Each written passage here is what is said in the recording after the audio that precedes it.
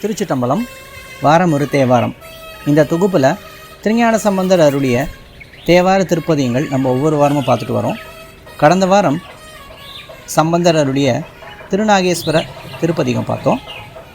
அங்கு அவர் சில காலம் தங்கி மற்றொரு திருப்பதிகம் அருளுகிறார்.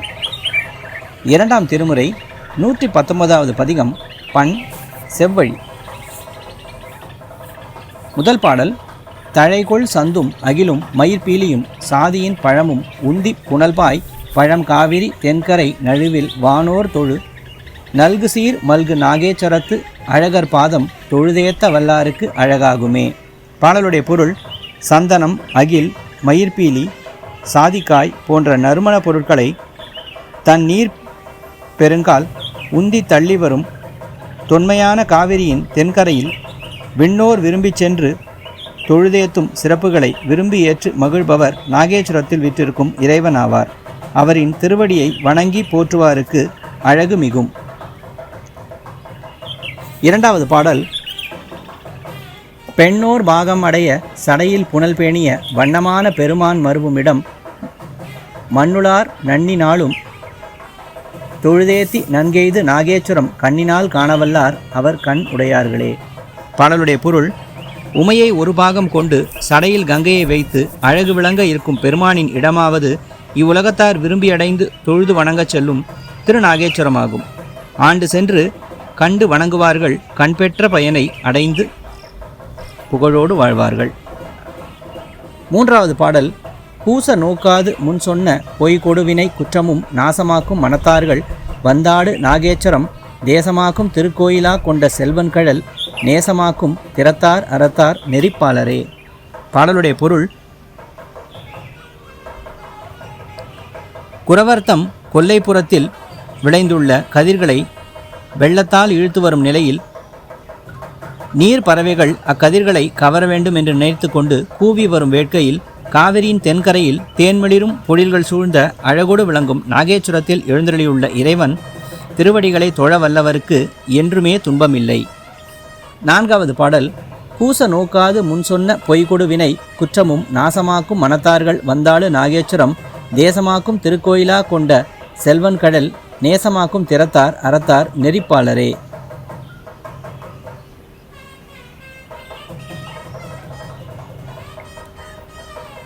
பாடலுடைய பொருள்: நாணத்தால் சிறுமையான சிறு செயலுக்கு அஞ்சியும் பின்வரும் வினை ஆராயாமல் கூறிய பொய்யையும் கொண்டு செய்த வினையின் குற்றம் கெடுமாறு வந்து வணங்குகின்ற தலம் திருநாகேஸ்வரம். அத்தலத்தில் பெருமான் கருணாஸ்வரூபியாகவும் செல்வத்திற்கு அதிபதியாகவும் விளங்குகிறான். அத்தகு பிரானை போற்றி வழிபடுவோர் அறத்தின் வழியே நிற்பவர் ஆவர். வீட்டு நெறி செல்லும் தன்மையில் இம்மையில் வாழ வேண்டிய முறையில் வாழும் உத்தமராகவும் விளங்குவர். ஐந்தாவது பாடல் வம்பு நாரும் மலரும் மலை பண்டமும் கொண்டு நீர் பைம்பொன் வாரி கொழிக்கும் பழம் காவிரி தென்கரை நம்பன் நாளும் அமர்கின்ற நாகேஸ்வரம் நன்னுவார் உம்பர் வானோர் தொழச்சென்று உடனாவதும் உண்மையே.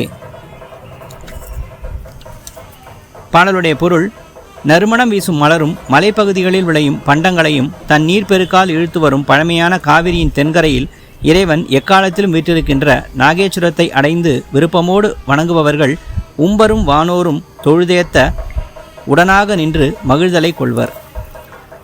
ஆறாவது பாடல் காலமேக நிறக்காலனோடு அந்தகன் கருடனும் நீளமாய் நின்று எய்த காமனும் பட்டண நினைவுரின் நாளும் நாதன் அமர்கின்ற நாகேஸ்வர நன்னுவார் கோளு நாளும் தீயவேனும் நன்காம் குறிக்கொள்மினே. பாடலுடைய பொருள்: கரிய மேக வண்ணம் கொண்ட கூற்றுவனும் அந்தகனும் கருடனும் மன்மதனும் அழிந்து போனதை நினைவில் கொண்டு இறைவன் எக்காலத்திலும் எழுந்தருளியிருக்கும் நாகேஸ்வரத்தை அடைபவர்களே நாளும் கோளும் மற்றும் பிற தீய தன்மை கொண்ட பிறவாற்றாலும் நன்மையே உண்டாகும், தீமை என்றுமே அண்டாது.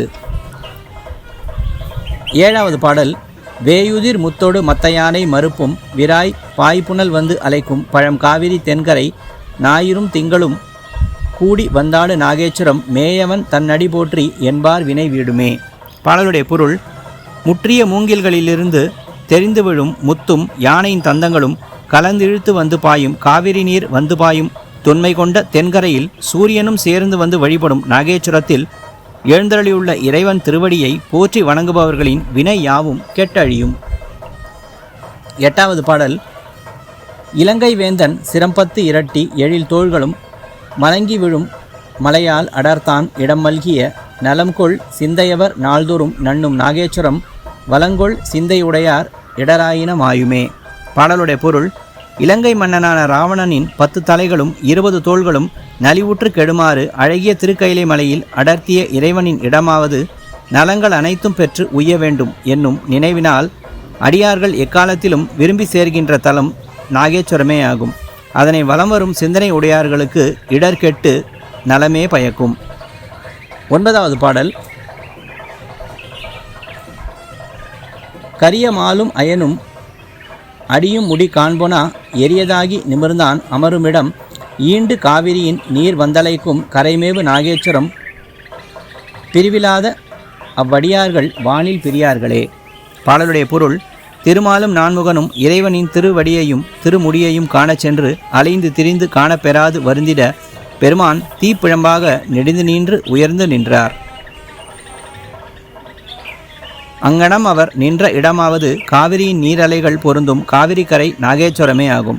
இத்திருக்கோயிலை பிரியாது வணங்குகின்ற அடியார்கள் வானுலகில் வாழ்கின்ற சிறப்பிலிருந்து பிரியாதவர்களாக ஆவார்கள். 10வது பாடல்.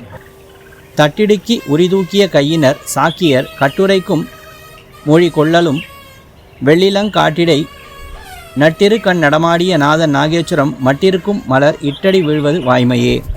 பாடலுடைய பொருள்: பனையோலையால் புனையப்பட்ட தட்டினை இடுக்கியும் உரியை தூக்கி கொண்ட கையினராய் சாக்கியர் சமணர் ஆகியோர் கட்டிக்கூறும் சொற்களை கொள்ளாது ஒழியுங்கள்.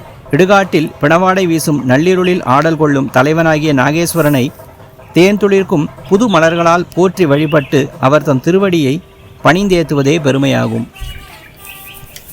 இப்போ பதிகத்துடைய கடைசி பாடலான 11வது பாடல் பார்க்க போகிறோம்.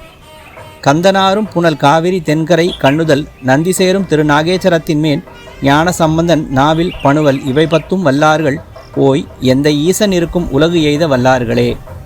பாடலுடைய பொருள்: நறுமணம் கமழும் நீர்பெருக்கின் காவிரி தென்கரையில் திருதுகளில் கண்ணுடைய பெருமான் மேவும் திருநாகேஸ்வரத்தின் மீது ஞானசம்பந்தர் தம் நாவினால் நமின்ற இத்திருப்பதிகத்தை ஓத வல்லார் இறைவன் விளங்குகின்ற சிவ உலகினை எய்த வல்லார்கள் ஆவார்கள்.